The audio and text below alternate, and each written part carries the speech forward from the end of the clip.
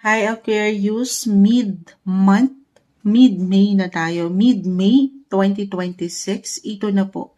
Ang inyong reading, kukuha po tayo ng ilang guidance, advice, messages para sa inyo. Ano nga asahan nyo ngayong mid-month? Ayan, kamusta kayo Aquarius? Aquarius energy. Kahit si Moonchild ay parang wala pang energy. Dahil pangalawa kayo sa sign na hinaharap natin ngayong umaga. Magandang umaga po by the time na inyong mapanood ito.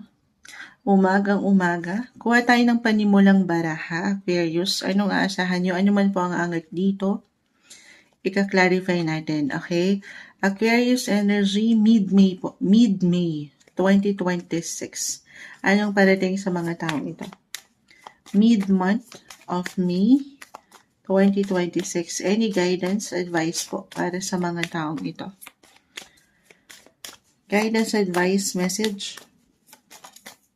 May tumatalon. Resilience. Okay. Add tayo. The path. Nourishment. Nourishment. Kasi may ilang kayo dito. Diyan pa lang, parang may ilang bigat, may ilang dalahin kayo na hindi siya nagiging madali. Ang hawakan, or kusang nararamdaman ito, physical, mental, emotional, or even financial. Life in general tayo. Tayo po ay general reading. Kahit pare-pareho kayo ng zodiac sign. As an Aquarius, of course, magkakaiba pa rin ang bawat isa. Okay, pero suriin sa inyong mga sarili, ano ba yung nakakapagpabigat sa inyo ngayon? Kay Moonchild kasi, bukod sa kaperahan, ay ang kanyang mga fats. Yung mga fats, ayan, pakita natin sa live. Tayo po ay live na live.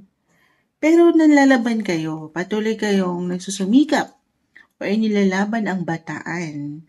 Umangat yung sense of responsibility, obligations na ito'y matapos, makaya, or ma-achieve hanggang katapusan. O, diba? Maka-rhyme lang. Maka-rhyme si Moonshot. Pero ito'y part ng inyong mga mission, the path. Along the way, hindi siya magiging madali, pero it could be a stepping stone. Diyan pa lang, pinapaalalahanan kayo ng baraha para sa higit niyong ikatatatag, ikalalakas, ikal-improve, ikal-level up sa possession, ano pa man yan. Okay? Pero dito pa lang, sa nourishments, para bang kamustahin din ang inyong mga kalusugan. Hindi po isang medical advisor si Moonchild ha. Simpleng card reader lang po tayo. Pero kamusta ba kayo? Or kaya marahil umangat yan, balance is the key. Balance is the key. Paano nyo nga naman ito patuloy na maharap yung ilang obligasyon, responsibility, Aquarius, kung kayo mismo pala ay pagod na. So, kamustahin din ang sarili sa part na yan. Kayo po ang higit na makapagsasabi. Listen to your body, guys. Okay, very important yan ngayon. Tapikin din ang inyong mga balikat. Kasi nga umangat yung, eyes on the prize. Nakatingin kayo doon sa ladder. Sa gusto nyong patunguhan. Kasi sa gusto nyong ma-reach as an Aquarius, very futuristic kayong sign. Looking forward, moving forward yung energy, pero pahinga rin pag may time. Alalahanin din ang inyong kalusugan. Kumain naman daw kayo. Nourishment. Okay, sige, ka-clarify po natin bakit ito yung nagsibagsakan. Ilang unang baraha. Any clarification po para sa mga Aquarius message? Mid-May, mid-month of May 2026. Mensaheng gabay po para sa mga taong ito. Anong kanilang aasahan? Guidance, advice, message, King of Cups. Balance naman daw. Balance naman ako, Moonshot. Wala kang dapat ikaw worry. Sa King of Cups. Or maybe ito na yung pinaka-advice kaya siya umangat. Balance between being emotional, practical. Yes, yan talaga yun. Nang hindi kayo nasasobrahan sa paggamit ng enerhiya or sa emosyon. Alam mo yun? Very practical yung approach. Nang walang pagkalabis, sobra or kulang. Ganun yung energy. Actually, Oo. So, dyan sa ilang barahan mo, balance is the keys. Na-mention ko na si Venus kanina, marahil kailangan ko nang babanggit din sa inyo, planet Venus, it will enter your 6th house. 6th house of health. Hindi again medical advisor si Moonchild, pero kung akin lang i-apply yung ilang sitwasyon dito na bumabagsak. Dito pa lang, nourishment. Kita mo, may mga prutas dito. Prutas, gulay. Alagaan din daw po ang inyong alamok. Note to self to, sa akin talaga nang galing. So, tanongin ang sarili, okay? I mean, paano ba kayo? Baka may mga pagkasobra dyan or kulang. So, hindi siya madali. Hindi naman tayo perfect, pero alalahanin ang inyong mga overall well-being. Mid-month tayo, ha? Para mapagtagumpayan nyo itong mga gusto nyo pang ma-reach, yung goal nyo. Yung mga sumasalamin sa inyong mga hangarin. Sabi ko, sa inyong sarili, sa inyong individuality, yung mga gusto nyo pang ma-reach.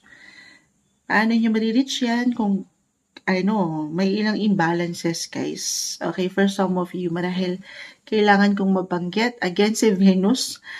Venus po kasi is the planet of beauty, attraction, ayan, love. Sa 6th house, more on self-care, self-love. Magandang pagkakataon to, mid-May. Until June yan, actually. Si Venus, it will enter your 6th house of health. At ang lawak ng 6th house, dyan din po pumapasok yung ilang, obligations nyo. Yung ilang service na hinaharap nyo sa pang-araw-araw na buhay. So, balance sa part na yan. Alagaan ng sarili, alagaan ng posisyon, ayan. Sa inyong mga daily work routine, kung nanaisin nyo lang naman, I feel kasi baka sa dami ng isipin nyo, ay makalimutan nyo ng kumain or kulang na, sobra, ganun lang naman yan. Okay, magandang pagkakataon to check in your health or kung meron talaga kayong iniinda dyan. Again, di ako isang medical advisor, pero I feel for some of you, baka merong binabaliwala kahit mabigat na. Ayan, or may nasasaktan na. So, mid-May until June, magandang pagkakataon po to check or magtanong kayo sa mga professional, sa mga expert sa inyong pinagdadaanan, ano pa man yan, especially health-wise. Okay? Umangat yan para paalala siguro para sa ilan sa inyo. Na huwag din pababayaan ng inyong mga sarili. Ayan, ay tayo. Any guidance advice para sa mga Aquarius? Two of Swords. The Sun, ayan na tayo. Kinaklarify tayo sa ating mga nababanggit. Naring din binabaliwala nga po ng ilan. Mababa na yung energy. Hindi nagsasabi or naging secretive kayo dyan sa part na yan.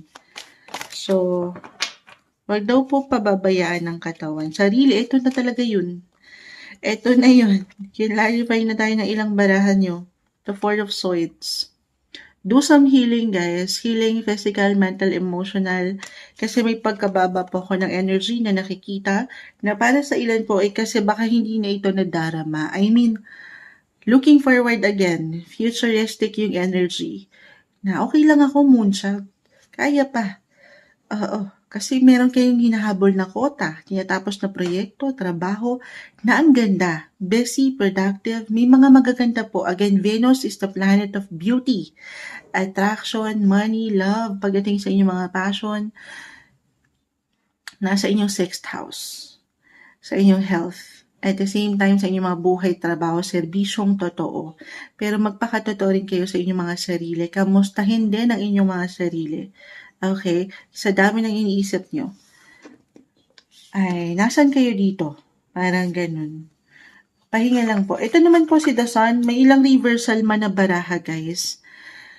It doesn't mean na hindi okay. Okay? Meron lang po itong kalakip na mensahe na ipapahinga po ito, ha? Recharge your batteries, your energies. It's okay to pause. Okay lang na bitawan mo muna yung ilang bigat dyan. Okay, hindi ka mahuhuli, hindi ka nahuhuli, nasa timing ka, guys, the Wheel of Fortune. You're on the right track, parang ganun ba? Wala kang dapat ikabahala. Andito ang opportunity po. So, other messages. Alam ko nagbigay din ako sa kalusugan sa inyong mga physical, mental, emotional, overall well-being, si nourishment kasi ay dito, kumain lang sa tamang oras ha. At sundin ang payo ng mga profesional sa inyong mga health advisor if ever mag-resonate po yung ilang messages. Pero para sa ilan, other messages, kung hindi yun mag-connect, sorry Versal, maaaring ito ay konektado po sa ilang mahal mo, mahalaga sa'yo. It could be dalawa lang to, someone older or younger sa pamilya. Yes po. Maaaring meron kayong higit na kailangan ng pagtuunan ng pansin, attention, extra TLC. It could be connected sa inyong mga physical home, pero I feel more on ito sa ilang miyembro ng pamilya. Mahal mo. Mahalaga sa'yo. Hindi kailangan laliman, katakutan, ano pa man. Again, kung hindi mag-resonate yung sa inyong nararamdaman, maaring pagdating sa kanila. Especially for someone older, sa ating mga elders, if ever your guardians, your parents, kung nanaisin nyo lang naman, kasi nakakita tayo dito na parang hindi nagiging open, kagaya ng na-mention ko, baka sa kanila mag-connect kasi na sa sobrang busy mo, baka yung ganun yung energy, ang dami mong inaayos, ayaw na nilang mahabahala ka or ayaw nilang magsalita, mag-share. Ganun, di ba? Yung mga elders natin, hindi sila nagsasabi. Kasi lalo pa kung alam nila na meron kang ilang trabaho or sobrang busy mo. So, check din, check in sa yung mga loved ones. Kamustahin din sila. Kasi baka nami-miss ka lang din nila. Okay? Or meron silang pangangailangan na hindi nababanggit sa'yo. Connect, communicate po. Gamitin din ang boses. Pero, paagatin yung opportunity kasi yung opportunity, guys, hindi daw po lahat sa pagkakataon ay kusang binabagsak ng taas ng universe. Minsan kailangan din natin pakiramdaman ang mga nangyayari sa ating paligid. At once na maibalanse mo yan, sabi ko nga, between emotional and practical, si King of Cups, ayan, meron tayong nakikitang kagandahan, improvements or development sa inyong situation pagdating sa family, home. Lalo pa kung if ever meron kayong nakatensyon sa pamilya, meron ba? I mean, for some na wala namang perfect na relationship, parang naging low-key yung energy, baka ganito to. And i-claim natin mid-May, mid-month of May tayo ha, na may pagkakasundo. Lalo pa kung talagang hindi naging okay, pero sabi ko nga, of course, you have to do your part din, tulungan, work on your partnership, relationship, at merong nourishment. May sagana na. Mabubuhayan ng enerhiya ang bawat isa at mapapaangat ang pagpapatawad. Pagiging klaro lang, mawawala yung ilang pressure. Everything is temporary, guys. Ano mang pinagdadaanan nyo sa tahanan, pamilya, pera, yung ilang obligations na to, umaangat ang tatag nyo as long as alam nyo sa inyong mga sarili na moving forward kayo, lumalaban kayo ng patas, ng totoo. Wala kayong dapat ikabahala. Kasi nakikita ko rin sa inyong barahan na dito yung mga dahilan nyo. Kung sino ang mga kalakasan nyo, kung kanino kayo patuloy na nanlalaban. At ito po, kagaya ng aking na-mention, ay umangat someone young or elders, buhay, tahanan, pamilya, yung mga mahal mo, mahalaga sa'yo. Manifestation card, si Page of Pentacles, ano mang kahilingan, panghawakan mo na, tanggapin mo na, Aquarius, ipahayag mo na, stay optimistic lang. Be positive po sa inyong buhay. Alam ko madaling sabihin, yung balance, wala namang perfect, pero as long as sabi ko nga, binibigay mo yung best mo, na alam mong wala kang nasasaktan na ibang tao, si Seven of Swords, like reverse, ito yung pagiging totoo. Pawang katotohanan lang, na alam mong walang naagrabyado. Focus ka lang sa goal mo. Hold your vision. Kahit hindi madali, basta't wala kang natatapakang iba. Wala kang dapat ikabahala. Ito yung umaangat. Alam ko may hugot pa. Mensaheng gabay lamang po. Mid-May 2026 para sa inyo, Aquarius.